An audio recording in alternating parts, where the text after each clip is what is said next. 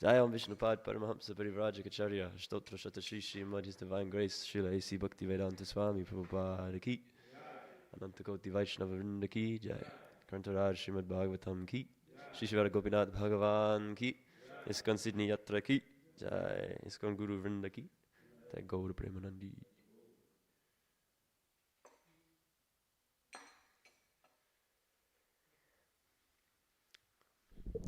Om Namo Bhagavate Vasudevaya.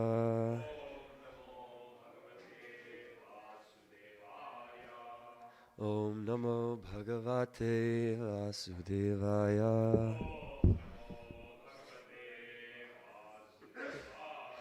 Om Namo Bhagavate Vasudevaya.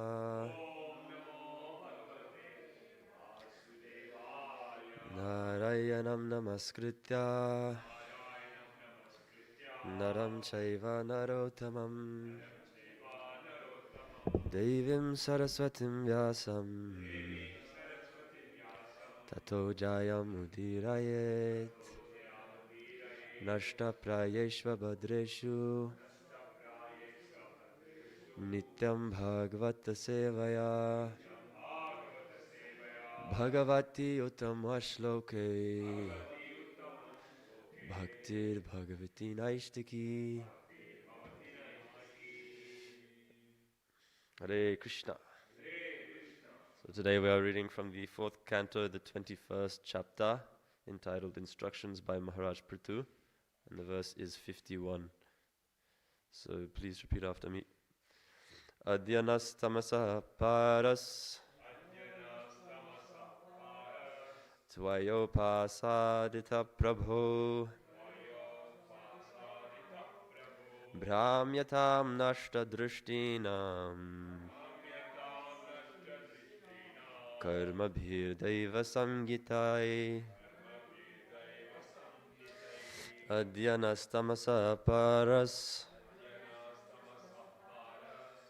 Tvayopasadita prabho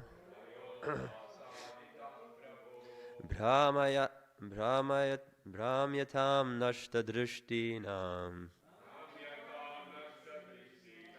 Karma bhirdaiva samgitai. Adyanastamasa paras Tvayopasadita prabho Brahmyatam nashta drishtinam Karma bhirdaiva samgitai.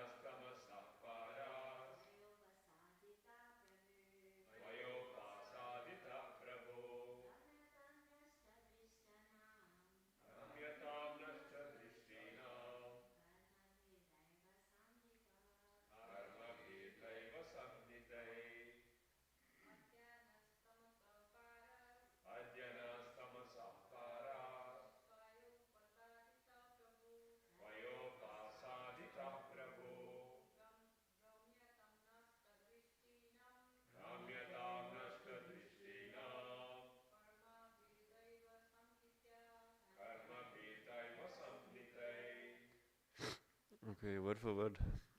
Adya, today, na, of us, tamasa, of the darkness of material existence. Paraha, the other side. Tvaya, by you. Upasadita, increased. Prabho, O Lord. Brahmyatam, who are wandering. Nashta drishtinam, who have lost their goal of life. Karma be, on account of past deeds. Daiva samgitai, arranged by superior authority. Translation by His Divine Grace, Srila A.C. Bhaktivedanta Swami Prabhupada, Srila Prabhupada Ki Jai. And please repeat after me. The citizens continued. Today you have opened our eyes and revealed how to cross to the other side of the ocean of darkness. By our past deeds, by our past deeds and by the arrangement of superior authority, we are entangled in a network of fruitive activities and have lost sight of the destination of life. Thus we have been wandering within the universe. Purport. In this verse, the words karma bhir deva samyitai are very significant. Due to the quality of our actions, we come to the association of the modes of material nature, and by superior arrangement, we are given a chance to enjoy the fruitive results of such activities in different types of bodies. In this way, having lost sight of their destinations in life, all living entities are wandering in different species throughout the universe, sometimes getting birth in a lower species, and sometimes existence in higher planetary systems. Thus, we are all wandering since time immemorial.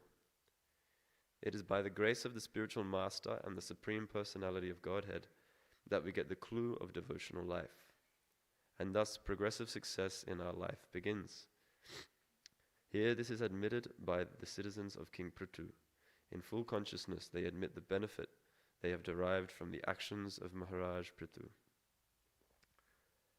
Om Jnana Timirandasya Jnananjana Shalakaya Chakshurun Militam Yena Tasmai Shri Gurave Namaha Shri Chaitanya Manobhishtam Sthapitam Yena Bhutale Swayam Rupa Kadamahyam Dadati Swapadantikam Vandeham Shri Guru Shri Utapada Kamalam Shri Gurun Vaishnavamscha Shri Rupam Sagrajatam Sahagana Raghunathan Vitam Tam Sajivam Sadvaitam Savadhutam Parijana Sahitam Krishna Chaitanya Devam Shri Radha Krishna Padan Sahagana Lalita Shri Vishakan Vitamscha He Krishna Karuna Sindho Dinabandho Jagatpate Gopesha Gopika Kanta Radha Kanta Namostute Tapta Kanchana Gaurangi Radhe Vrindavaneshwari Vrishabhanu Sute Devi Pranamami Hari Priye Vanchakalpa Tarubhyascha Kripa Sindhubhya Vacha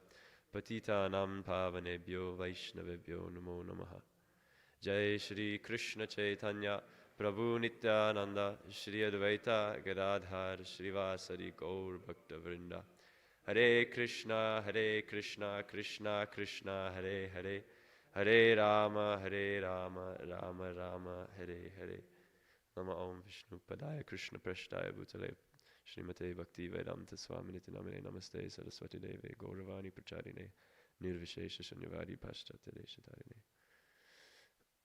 Okay, Hare Krishna. Welcome to this morning's Bhagavatam class. What day is it? It's Wednesday. Usually we have Janmashtami Prabhu in this slot, so I feel kind of embarrassed sitting here. He usually gives such nice classes, but you have to listen to me today, unfortunately. But it looks like we've got quite a nice verse. Prabhupada is basically explaining this verse we might be familiar with from the Chaitanya Charitamrita. Brahmanya Brahmite Kona Bhagyavana Jiva Guru Krishna Prasade Pai Bhakti Lata Bij. We often hear about the Bhakti Lata Bij, the seed of the kripa of devotional service. But the first line, maybe we don't hear as often. It's this idea that Krishna also establishes many times in the Bhagavad Gita. Purusha Prakriti Stohi, Punkte Prakriti Jan Gunan, Karanam Guna Sangosyad, Sadasad Yoni Janmasu. That one who thinks themselves the enjoyer, Purusha, although a dependent jiva, immediately becomes separate from Krishna and takes shelter of this material energy. And doing so, they try to get some enjoyment. They try to get some enjoyment out of this material world, and they therefore get entangled in fruitive activity, karma. And that fruitive activity binds them in these material bodies. And so once they are then entangled in this material body, it's very difficult to get back to that spiritual consciousness, that original constitutional position of servant of Krishna. We experience this, right? Like every day we walk around, and our material senses are so easily captivated by the material sense objects which are screaming at us everywhere we go.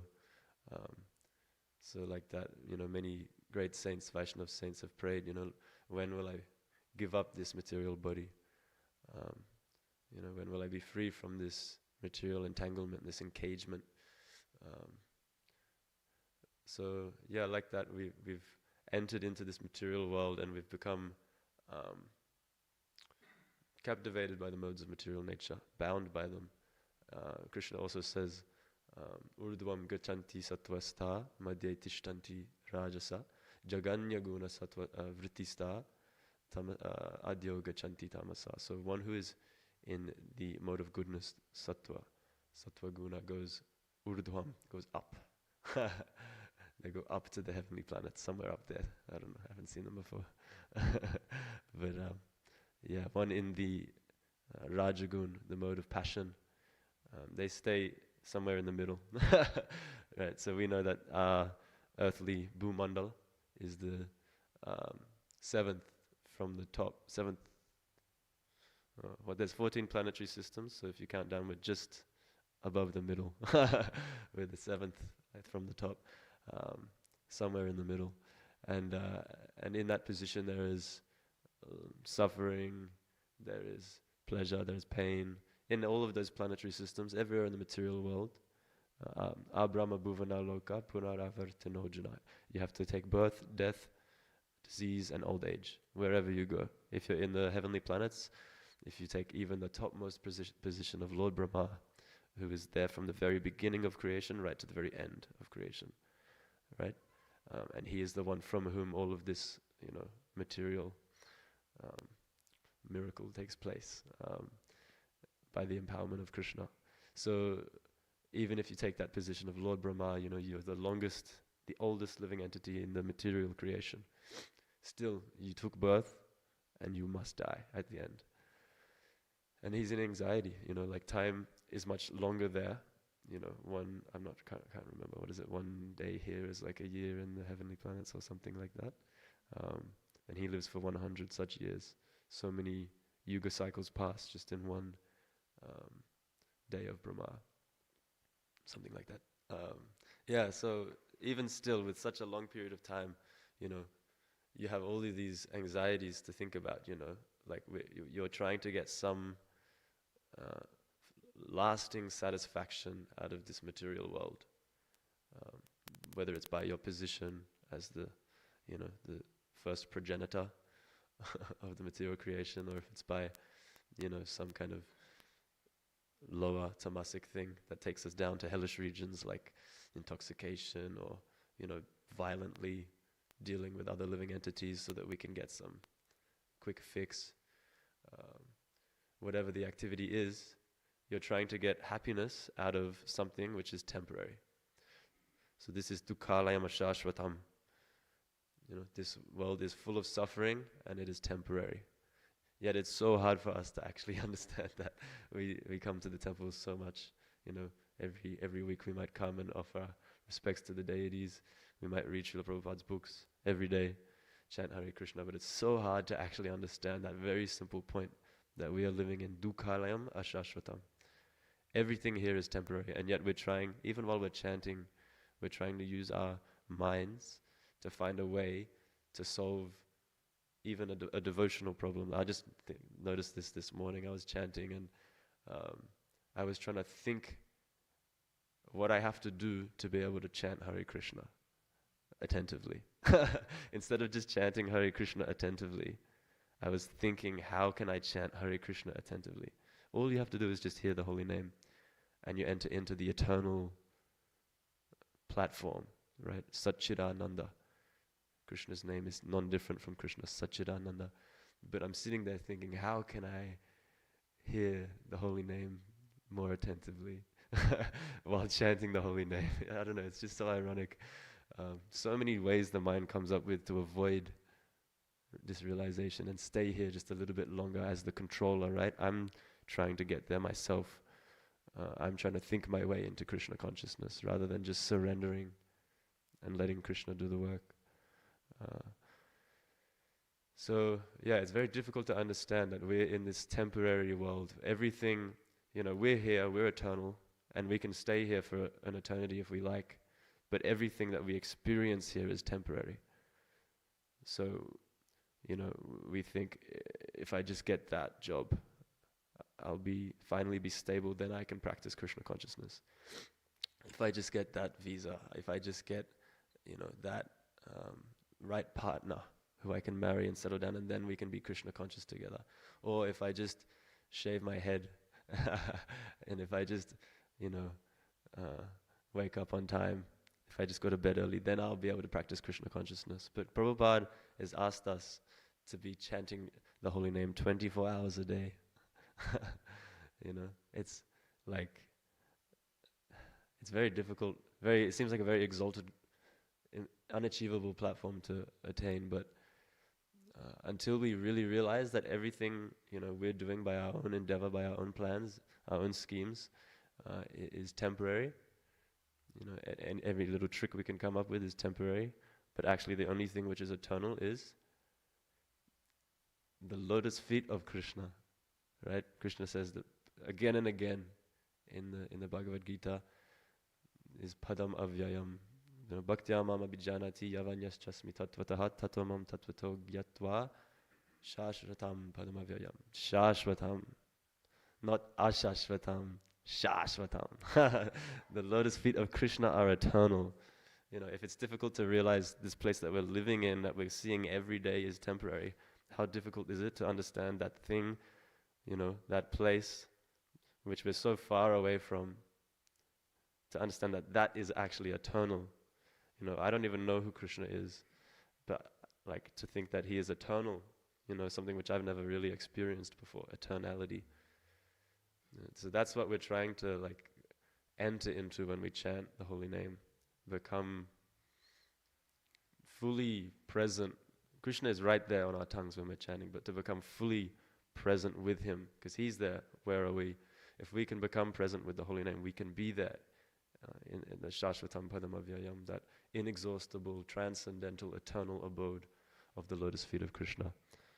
So these citizens here, they're saying to Prithu Maharaj, they're realizing this, they are actually realizing this, because by the mercy of Guru Krishna Prasade Pai Bhakti Lata Bij, they realized now that they've received that seed of devotion from Prithu Maharaj, by his exemplary character, by his qualification as a Raja Rishi, as a Shakti Vaishavatar, he's come as both Guru and as Krishna to give that knowledge, right? What is that kripa? It is knowledge.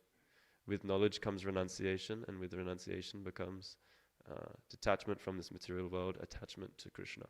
So that Bhakti Lata Bij, that is knowledge of Krishna, knowledge of our position, of the position of Krishna and our relationship there. So realizing that, these citizens are, with a lot of gratitude, they're saying Today you have opened our eyes and revealed how to cross to the other side of the ocean of darkness. By our past deeds and by the arrangement of superior authority, we are entangled in a network of fruitive activities and have lost sight of the destination of life. Thus we have been wandering within the universe. So to realize that, we have to receive the knowledge of the spiritual master. Interestingly, I was reading last night with some other devotees. They wanted to hear the pastime of Prahlad Maharaj, specifically when he goes to appease Nrsimhadev. So Lord Nrsimhadev has come to protect his devotee, and he appears from the pillar and he rips the guts out of his father Hiranyakashipu. He's garlanded with his intestines. And Prahlad Maharaj is like, wow, this is my Lord. And all the demigods are there, like in complete bewilderment. They've been burdened by this demon who's taken over the creation for so long. And the Supreme Lord has now come. But, they've never seen this form before. He's got teeth like razors. His nails are like thunderbolts. His mane is like wet with the blood of Hiranyakashipu, and he's got that the garland of intestines. Such a scary image, right? Not something that you typically are like, Krishna, all attractive. Yeah. He's like, whoa, if he really came face to face with that. So the demigods, who are supposed to be on that topmost platform of the material creation, they're all kind of a bit hesitant to go and speak to Nrsimhadev because he's still really in his, ferocious mood. And so they're thinking, if this goes on much longer, the whole creation's going to be like torn to pieces. So they request Prahlad Maharaj to go and to pacify him. And Prahlad Maharaj goes up and he offers prayers very, fearlessly. He becomes fearless because he's taken shelter of the lotus feet of Krishna. So not only do we receive knowledge, but with that knowledge and that renunciation comes fearlessness. Srila Prabhupada's name, Abhaya Charan Aravinda. Abhay Charan. The lotus feet of Krishna give us fearlessness. And so Prahlad Maharaj, he walks up and he offers these nice prayers, and I found it really interesting that he said, I have taken birth in this family, this demoniac family, because of my past actions. How can I offer you prayers to appease you? I'm born in a demon. I'm a demon. If the demigods who have achieved such an exalted platform are not qualified to pacify you, what can I do? As a demon. So like that, a devotee, actually, they are so humble that they still see their situation as a result, of their own karma. So when they suffer, they say like, this is my doing. My past actions on others have caused this, and by Krishna's mercy, it's reduced. And when they are successful, then they appreciate that actually I should be suffering a lot more. But by Krishna's mercy, I've received this opportunity. So, I remember trying to explain, my parents, they kind of, I think Westerners typically, they can understand, God, I've heard about God before, devotion, all those kinds of things, but reincarnation and karma, I think two things that they kind of struggle to grasp. And I think karma, they've had this impression that if you believe in karma, then you feel kind of powerless and guilty, because everything negative that you experience, you just be thinking, oh man, this is my fault. But if you look at Prahlad Maharaj, in such ecstasy, he's offering these prayers to the Lord with so much gratitude. Because of my past deeds, I should be suffering so much more. But by your mercy, I have this opportunity to associate with you. Like that, this idea of karma, it's actually a very liberating concept when you look at it through the lens that Krishna gives us, in the Bhagavad Gita. So the point is that we're all, since time immemorial, we're here in this material world, in this situation. of birth, death, 8.4 million species of life. I think only 400,000 of those are human species, right, Nuvi Brahma? 400,000, which is, 4 out of 84 is like 120. Yeah, so that must be like less than 5% of all the species that we can take birth in have this rare opportunity to receive the Bhakti Lata Bij, receive this transcendental knowledge, Divya Gyan. So it's very, very serious, like we're here and people are just, using this life for eating, sleeping, mating and defending, right? Animalistic activities which are available in all species of life. Very few come to this opportunity of the human form of life, which is to inquire, atato brahma jigyasa, who am I really, and what am I doing here, and why am I suffering? Because I don't like suffering. Why does it have to be like that? Does it have to be like that, really? So these questions lead us to the spiritual master. When the student is ready, the teacher arrives, right? So yeah, Guru Krishna Prasade Pai Bhakti Lata Bij. I just recently finished the 5th canto and I found it really interesting that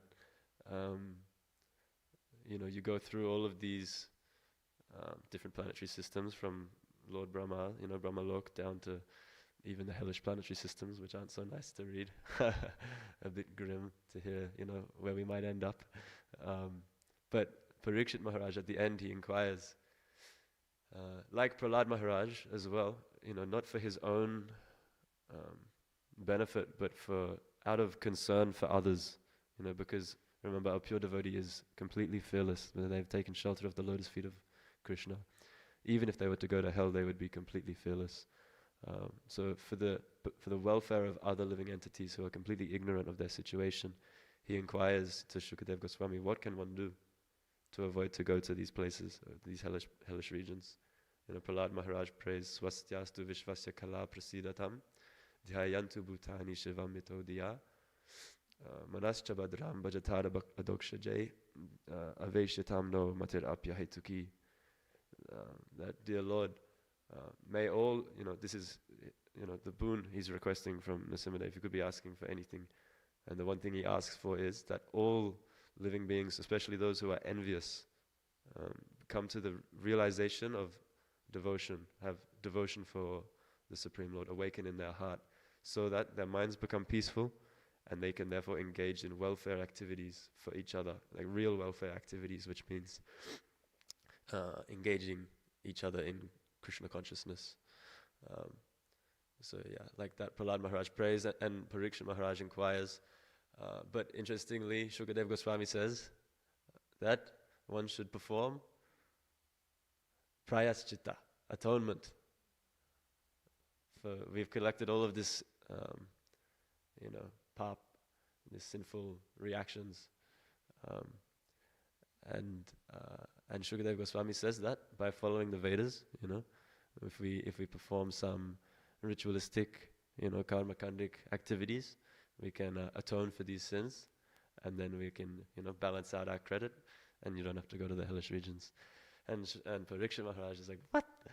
This whole time we've been talking about, the devotees and devotion and the beautiful qualities of Krishna and love for Krishna, and you're telling me to do this karma kanda now?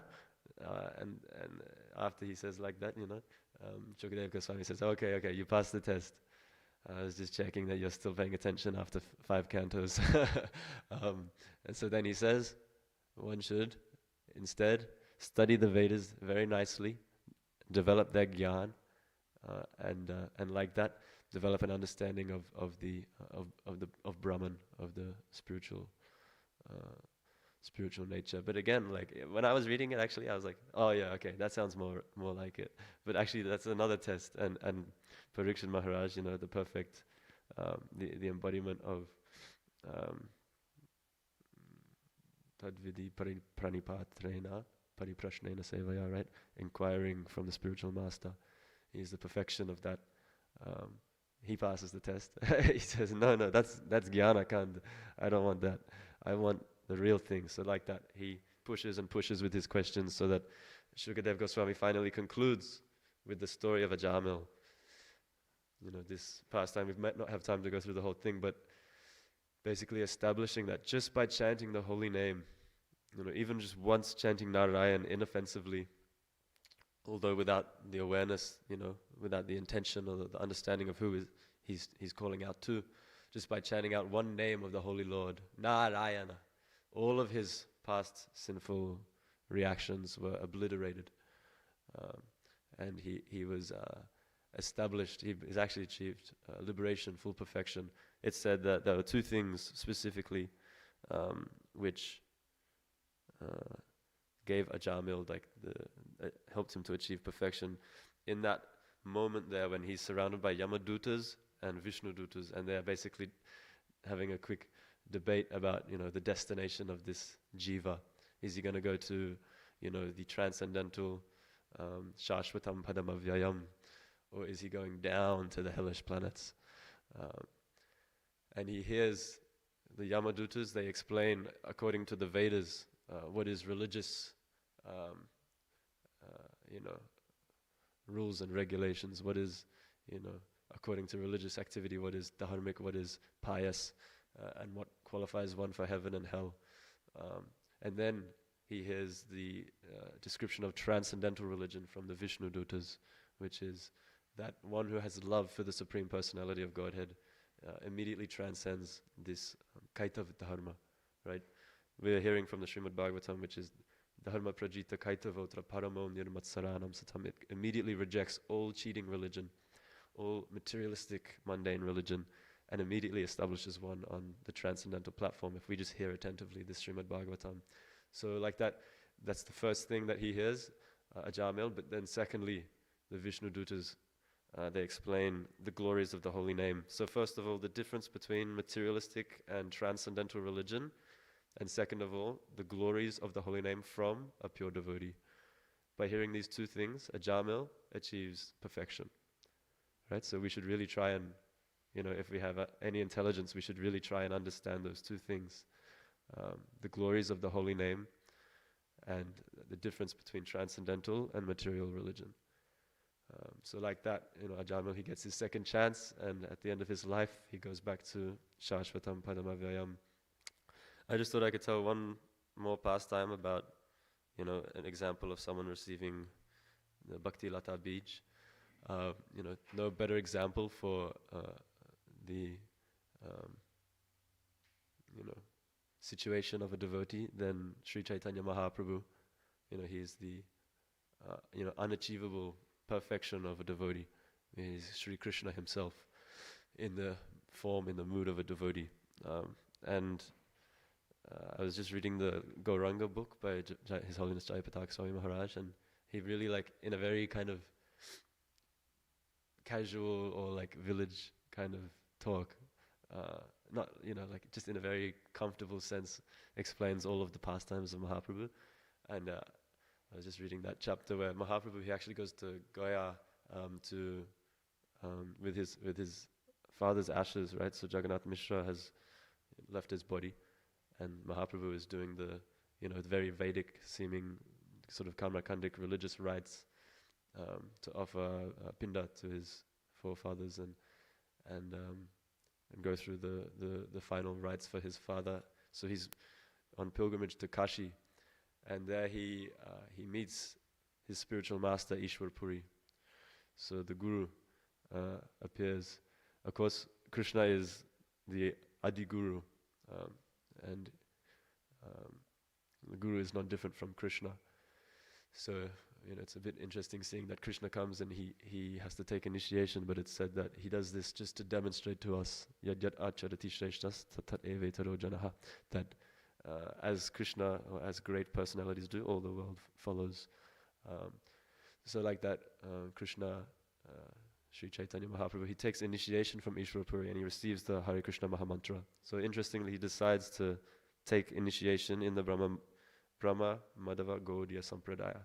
Well, I guess he makes it the Gaudiya Sampradaya himself, but in the Brahma Madhava Sampradaya. And he receives the holy name from Ishwara Puri, right, the disciple of Madhavendra Puri. and immediately he enters into, the purpose of his advent in the material world, which is to experience the love that Srimati Radharani has for Krishna. He comes to this platform of Krishna Prema and he starts actually going mad. He can't stop chanting Hare Krishna, Krishna Krishna, Hare Hare, Hare Rama, Rama Rama, Hare Hare.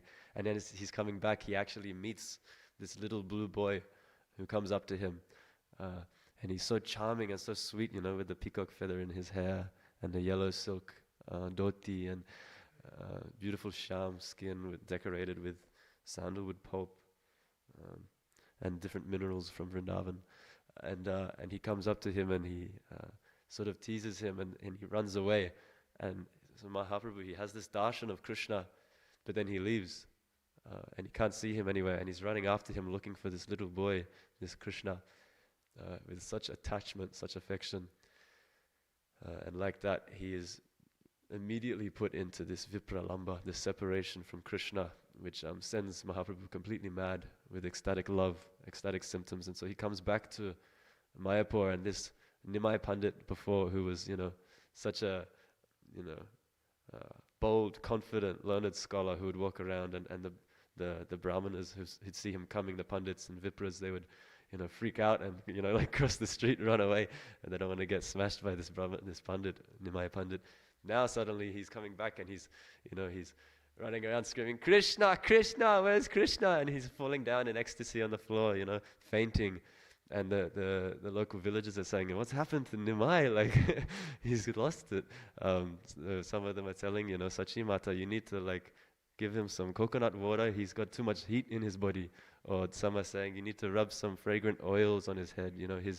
His life airs are all out of balance. Someone even says, you need to tie him up with ropes, before he hurts himself.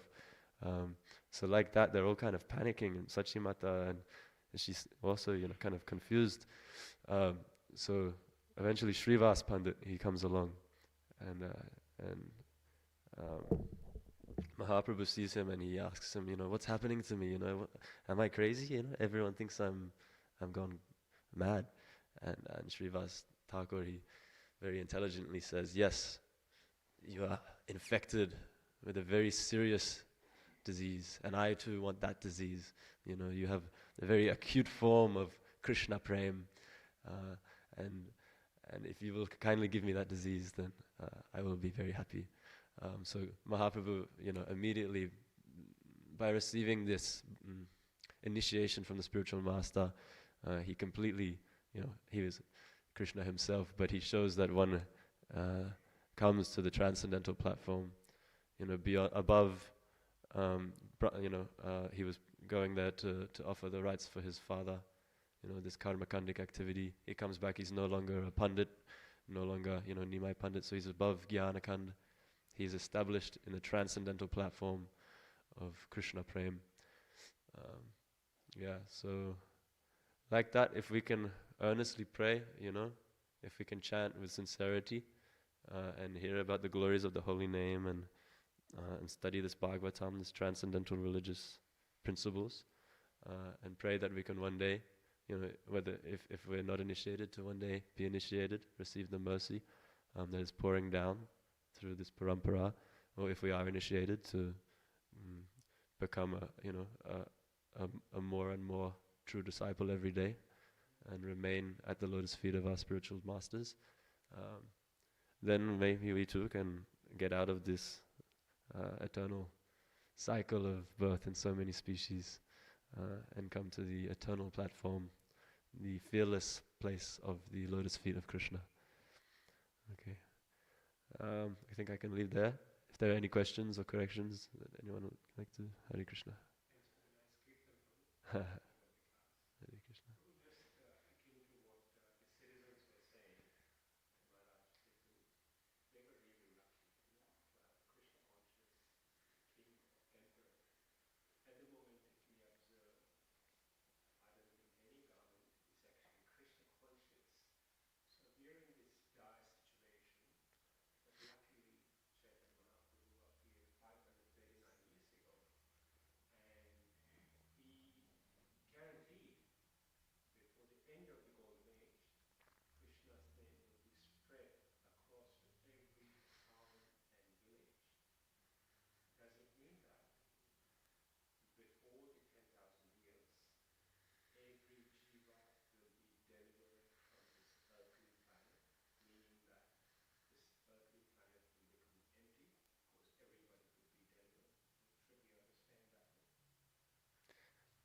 I'm not sure, Prabhu. Prabhu's asked that Mahaprabhu said that the holy name will be chanted in every town and village.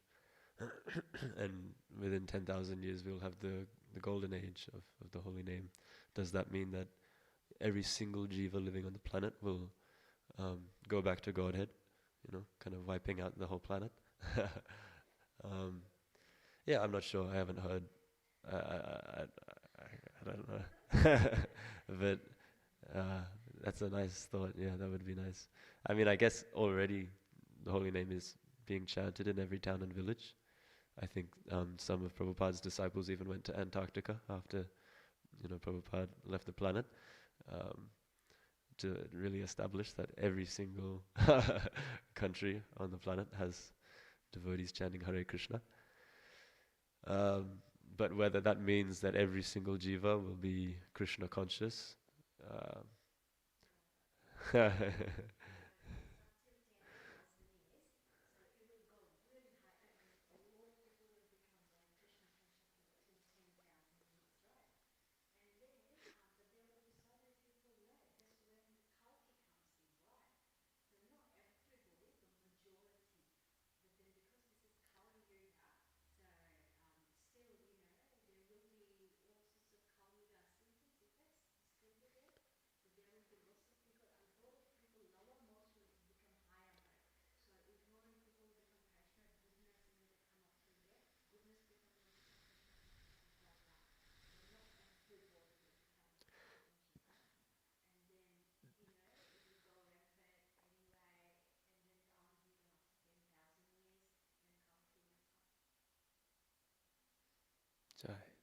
Jai. Okay, Srimad Bhagavatam ki, Jagat Guru Srila Prabhupada ki, Samaveda Gaura Bhakta Vrinda ki, Jai. Nita.